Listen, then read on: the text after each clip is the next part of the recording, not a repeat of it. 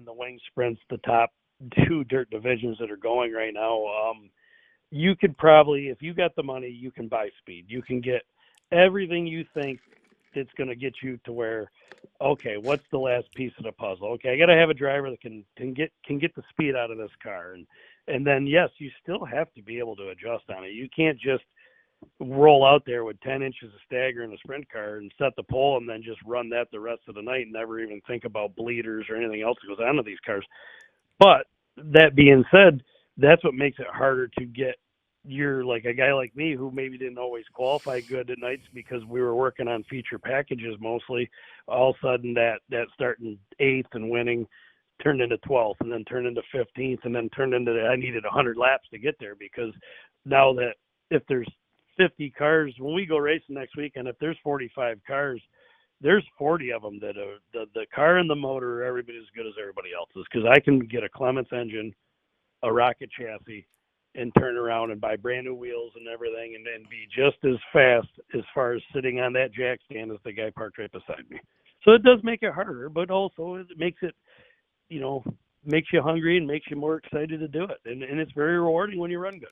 Yeah, it is. I would assume, going up against the mountains that it takes to get to where it is now, to be up front. What do you think adds all this up? Is it when you're talking about crew chiefs or advantages or tinkering and all that? Is it, in today's world, you would think that a guy with the experience of what to do to the car would trump just about everything. But now we're in the age with telemetry and other things that can assist the learning curve of just general experience, it seems.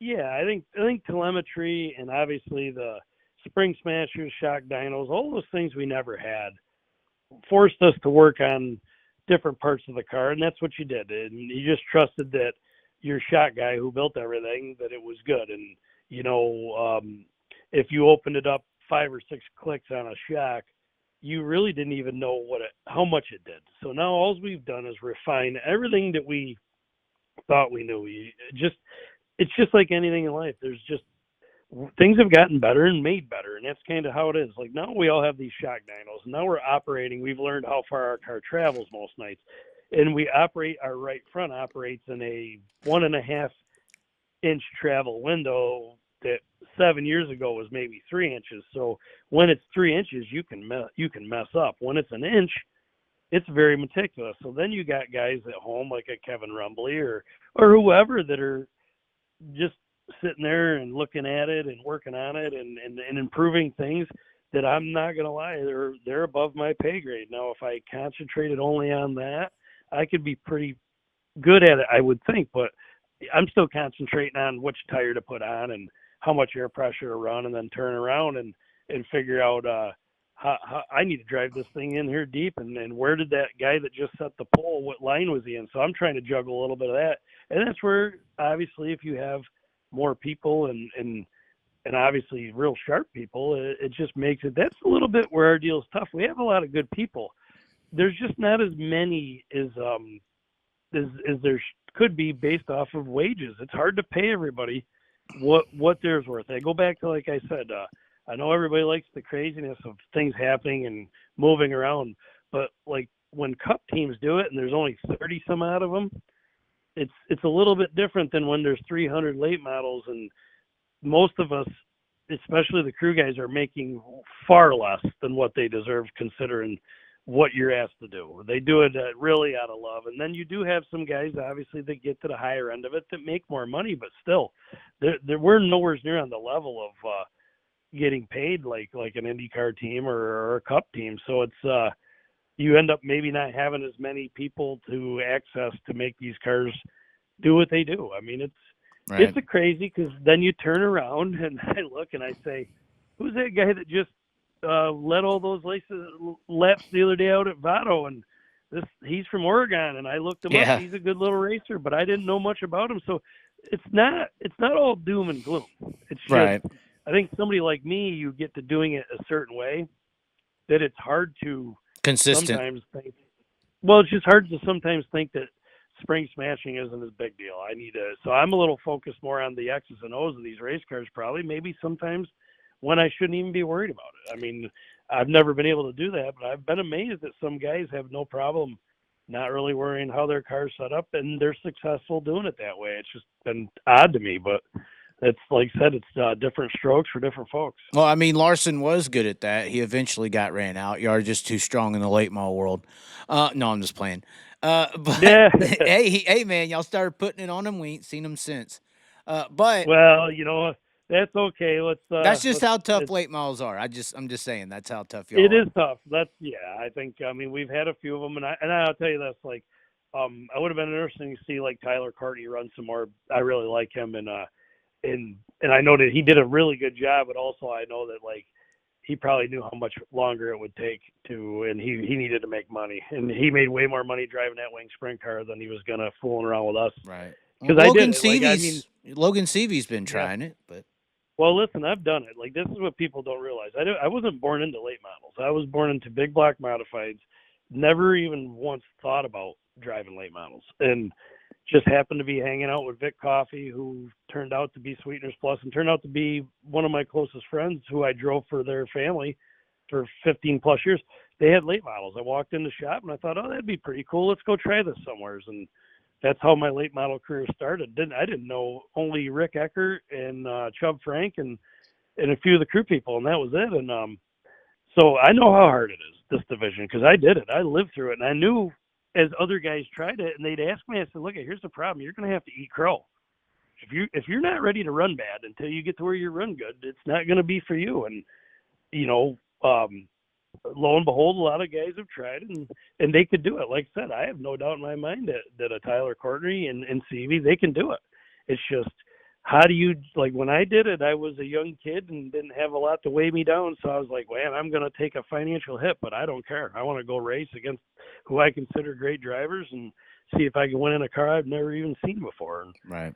So, it's kind of like the world's a little different now. People get a little specialized. I know that's why it's a big deal. I think when like a Ricky Thornton starts doing some of the stuff he's done, is because nobody really does a lot of that anymore. I mean, I did it and I still do it if people offer, but I mean, it's not a lot of people are bouncing around in different divisions anymore. Right. Yeah.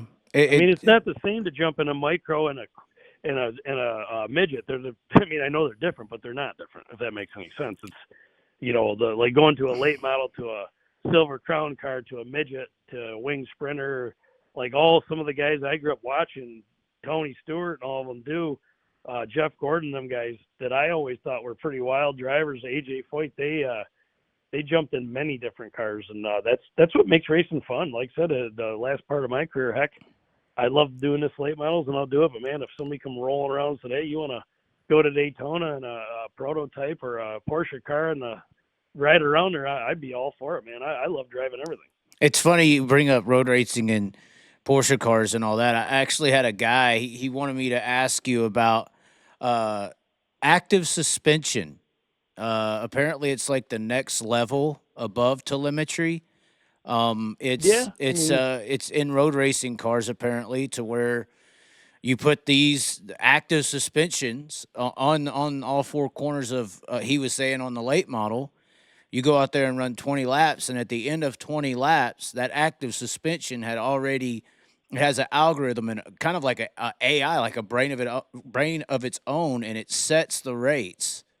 And you could literally go test, run 20 laps, and that active suspension will set that car up as you're running. It's learning every lap to be 100% the best possible setup for that track in those conditions. Have you heard about this active suspension that is out there? Well, I mean, I've never heard of it in our division. No, I'm not here to say that it isn't. I mean, telemetry is not legal. It's all practice and testing and stuff. But we take it we take it with us everywhere. That's why you'll see anybody you've seen that's gone to Golden Isle or anywhere down in the South the last month to get ready for Florida is taking their telemetry and trying to get an idea. The beauty of our division is the fact that the track will take a swing from maybe, and this is the one thing that I've tried to, and this isn't because I want to run better. It's because our division is really good because of the change of the car or the change of the track and the speed of the track.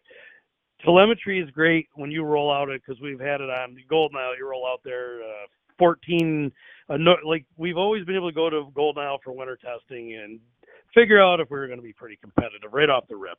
Because no matter what they've configured this racetrack to be, anything in the 14-second bracket is fast. No matter if it's dry, wet, whatever. You start showing up in your 15.5s and 15.4s, you're like, man, I got some work to do. When you show up and race, though, and that track's 14.9, but it finishes at 17 flats or 16.8s, it's hard to ever get the telemetry to keep up because you can't get the change of the track to do that in a test just because there's not enough cars. You just can't do a lot of things.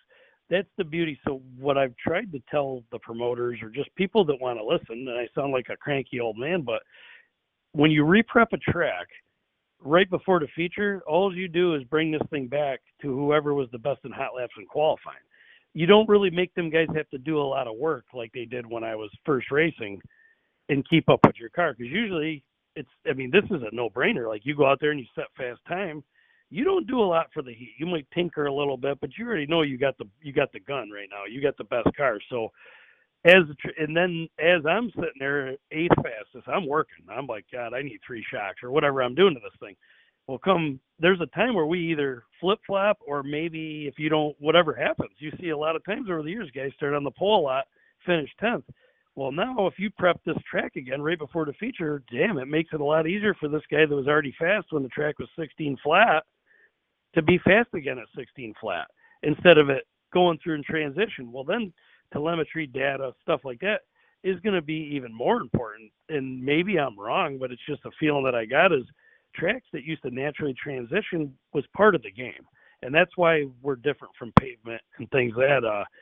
Unfortunately, some of the people that get in the higher ups of our division that are controlling or just somehow have a lot of pull, I don't know if they've raced enough or they know if tracks or where they're at when they comment on, whatever message boards or, their videos. Some people don't understand a rubber track versus a slick track versus a track that has a 6-foot high cushion where you can't race anywhere else, or the bottom's so tacky that you can't move. Those are tracks that need a little bit of work, but like most of the time, these guys were good at prepping their tracks for 30 years. They don't have to go crazy. And to get back to this adaptive suspension stuff, that was Formula One. I think Nigel Mansell back in the either early 90s, late 80s, they had their adaptive cars. And obviously road racing has less restrictions comparable to stuff like that. I don't know how it would work. It would make our division be, if people think there's haves and have-nots now, there'd be a few haves and everybody else would be a not. Well, be too much money. And how it was described to me is you could do it just like people test with telemetry. You could go to a track and you put this on your car all 4 corners. You go out there, you run it. After 20 laps, it's on its own already made the adjustments to the correct rates that is needed for optimum drivability, speed, everything. Yeah. And you come in, it shows you the rates. You pull the rates. You set your normal package to the rates that it gives you, and bam. You do it for a tacky track, a slick track, a rubber track, and now you have, just like a shock dealer would sell, here's your settings for the slick. Here's your settings for the dry. If it's here, it would do that, but just with you don't even need to know. It's not telemetry where you're reading what the car's doing. It's already made the adjustments for you when you pull in, and here it is. Yeah, obviously, I'm more intrigued than I am saying that I don't want it. I'm liable to hang up the phone when we're done, and I'll start calling out in California and make my way back across the country to see who could help me put it on and see if it's worth doing, because that's the stuff that gets me exciting. I don't know what to think of it. It's just like anything. If you're gonna get to the top of the sport and your division is gonna crawl up the top of the sport, you're gonna have things that come through, and you got to make a decision whether they're good for the sport or not. Obviously, financial wise, there's no way that possibly could be good, because we're already right. We with a tire increase that we had last year, which everybody's harped on it. That put a lot of owners a lot of owners can stomach breaking engines and things that are just going because you're trying to be competitive. What owners have trouble with is a 30, 40, 50% increase on something that was the same for a long time. Whether it's fuel, tires, all of a sudden an engine bill, that pushes these guys kind of to the brink. So then you turn around on top of the dynos we got and the spring smashers that are thousands of dollars, and then if we're, I don't know if we could survive it, but personally, I'd love to if it's out there. Tim McCreadie, you can find my number. Give me a call. I'd like to Well, see what it could do, what I could do with it. If something like that, you could literally put on your car test and it tell you what you need. Do you need spring smasher anymore? Do you need any of these other things? No, listen. We worked with guys that we had that were really smart. In 2017, I had Dave Collin, a bunch of guys that were obviously my crew chief Phil. That was some NASCAR guys that could come to Longhorn. And when the Spring Smashers came out, I still have it on my laptop here, a program that they put together that basically eliminated, didn't really need the Spring Smasher. You could just do it all with measurements and just like spring crush measurements and things like that. And that would give you all these numbers and put the curve on without having to do the manual labor of running it through the machine. We didn't do anything with it except use it ourselves, which was an advantage. I mean, it was an advantage to put things together. So there's always, listen, man, when you have smart people, when you get people that get engineering degrees and just degrees and whatever it is, that they're really good at what they do. Now they might not know how to apply it to the car in our division, but they know chassis dynamics and just the gist of what you're looking to do. And then it's up to somebody like me. Like, that's what I always like hope that people have seen in me is I might not know how to exactly build this front end, but I can tweak it and twist it and do the things that usually gets the juice you're looking for. That's what I used to be good at. It's sometimes you gotta, like right now with our cars, I mean, even like with Boom and everything we're doing, we gotta walk a little bit before we can even get to the running part. So, you know, that's what's hard to do. Like I said, when you see a lot of switching, that's what happened with Ricky. I thought he'd be good, and he didn't really fall off, but he didn't win like he was winning before. And that's a lot of that is because, man, you can't just pick your helmet up and walk 2 stalls down with different engines or different whatever and expect to just immediately be the same. You might have, what do they call it, a little bit of luck just because you're really good. But then when the reality sits in, I mean, they had to go to work, and they did. Like they had to go do some testing and work at the end of the year to get to where they did win that title.